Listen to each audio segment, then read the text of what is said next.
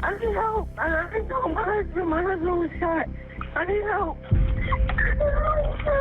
Okay, stay on the line with me. Just after 11 p.m. on New Year's Eve, we received a 911 call from a female subject. She was screaming into the phone, talking about her husband being shot, and then all of a sudden the phone went dead. When I arrived on scene there, medical and ambulance was backing up in the driveway. As I exited my patrol car and approached where I saw the victim laying by his truck, along with a female subject, knelt down beside him.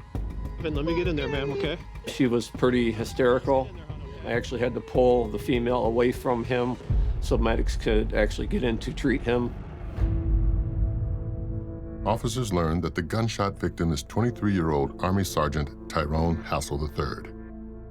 The woman is his wife, Kamaya. I got a call from Kamaya. I could barely understand what she was saying, but she was screaming, and then she was like, Ty's been shot. And I'm like, what? As I was driving home, the only thing I was thinking is, I just hope he'll be okay. What did he get shot at? Who is it? Do you know who he is? My son. It's Tyrone Hassel III. When I got there, I can see where he was shot at, and I can see a big hole in the back of his head. I knew at that point when I saw my son, I prayed for the best, but I knew my son was dead. At the hospital, Sergeant Hassel's stepmother is on duty when the ambulance pulls up to the ER. I see the paramedics come through the doors. One of the paramedics was on top of him doing chest compressions. To me, it seemed a long time, but it probably was a couple of minutes before the doctor came out and told me it was nothing else that they could do. Man, my son ain't never did nothing to nobody, man. Detectives start their homicide investigation at the scene of the crime. We found spent gun shells laying on the ground right next to where Tyrone was laying. The shell casings were examined, and we determined it was from a 9mm handgun. Based on what we found on Tyrone III, we saw that he had all of his money, he had an expensive watch on. So if robbery isn't the motive, then usually it's some kind of personal vendetta. The police was asking me, did he have any enemies? I couldn't think of a soul, not one person. My son walked a straight line his entire life. That's my oldest son, and I've been so proud of him. Yeah, he's active military right now, right? He's active military. While in the Army, Tyrone fell for a fellow recruit named Kamaya. We could tell that he really cared about her because all he talked about was Kamaya this, Kamaya that. When I finally met Kamaya, they were married, and they came home for Thanksgiving. She called me dad immediately. She was my new daughter. Tyrone called me one day, and he just was like, "You about to be a grandma?" And I was excited. My son was so happy.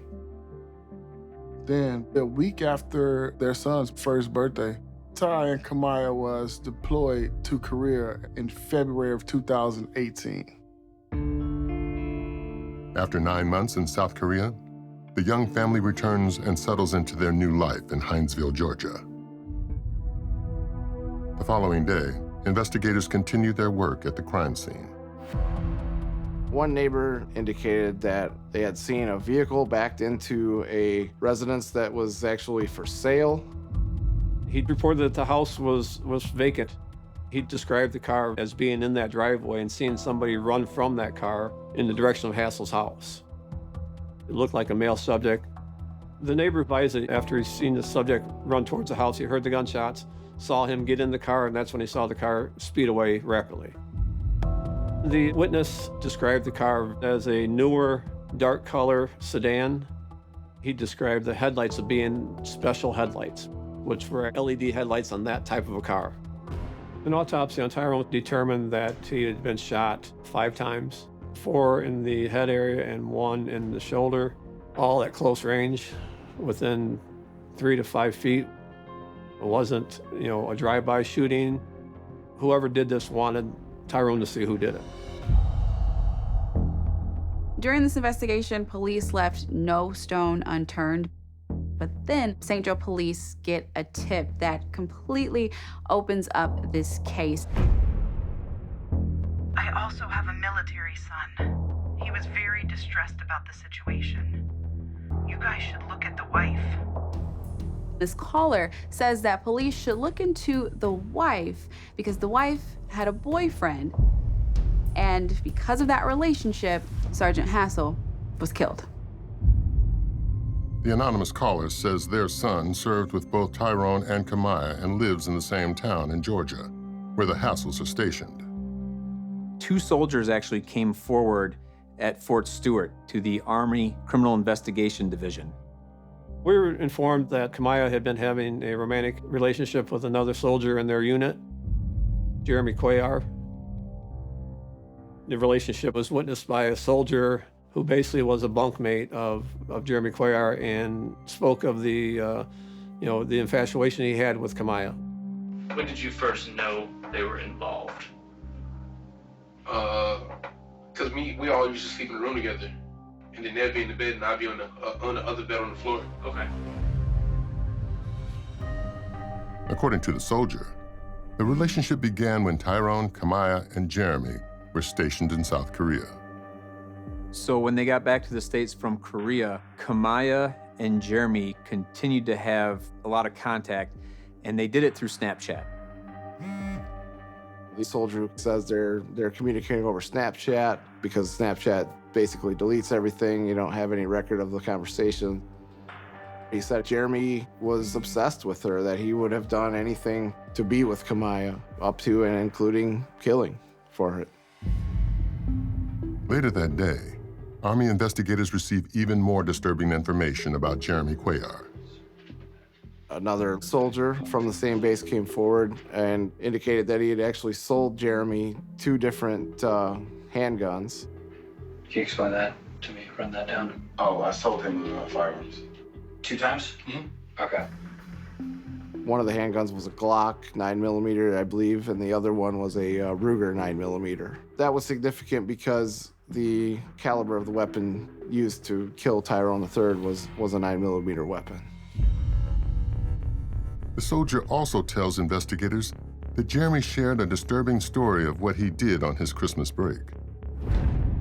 Jeremy gave him a play-by-play of what he's been doing over vacation, including staying at his mom's house in Chicago, driving to Benton Harbor where Kamaya's in-law lived, staking the house out for 3 or 4 days. He said he was there waiting for Tyrone to get home, and when he walked back out of the house is when he killed him in his driveway. Jeremy Cuellar went on to tell this soldier that I shot him multiple times. I walked up to him and walked over him and shot him again. So he really laid out the crime, how he committed it, and just the gruesome, awful details about how he executed Sergeant Hassel. On January 11th, at 10 p.m., deputies in Georgia convene at Jeremy Cuellar's home to execute a search warrant and take him into custody. While searching his car, in the back seat, they find a 9mm magazine that fits into a Ruger pistol. Looking through the bullets, it was the same brand of ammunition that was used the night of the murder. 11 days after Tyrone was killed, police in Georgia charged Jeremy Cuellar with first-degree murder.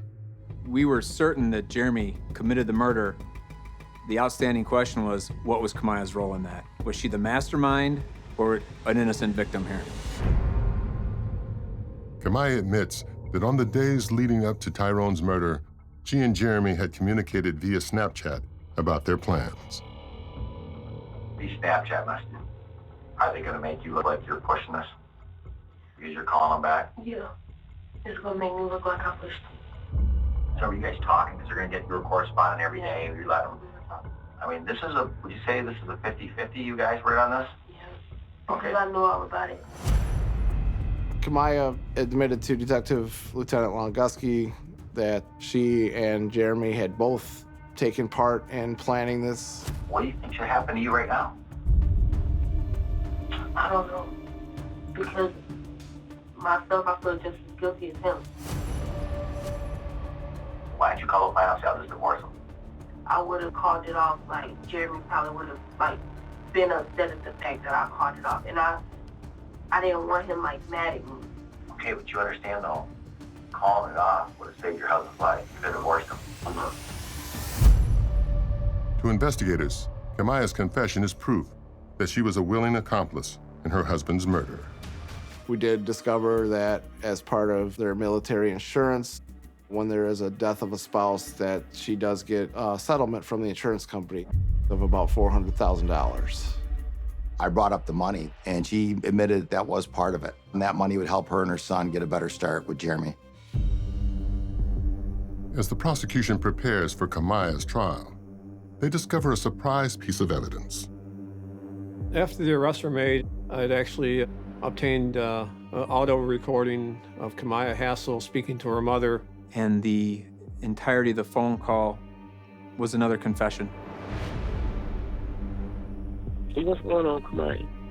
I'm in the jail. Why are you in jail? I knew what was going on with Tyrone. I got myself mixed up in something I didn't think would be like this.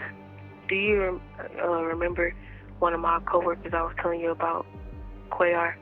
We planned it. Oh, have mercy, Jesus. I knew we had strong evidence prior to that, but when I heard that, this case was going to trial, full steam ahead. There's not going to be any deals for you, Kamaya. 6 months after her arrest, the trial of Kamaya Hassel begins. Over 3 days, the prosecution calls 23 witnesses to the stand. We really focused on Kamaya's confession to Detective Lunguski. We focused on the evidence that was found in her cell phone and that second confession she made to her mom. So those were 3 really important pieces. When the jury went to deliberate, everybody's nervous. Less than 2 hours later, the jury returns with a verdict. They find Kamaya guilty on all 3 counts: first-degree premeditated murder, conspiracy to commit murder, and using a gun to commit a crime. Kamaya was sentenced to spend the rest of her natural life in prison with no opportunity for parole. On July 29th of 2019, Jeremy Cuellar pled guilty to second-degree murder, with 65 years in prison.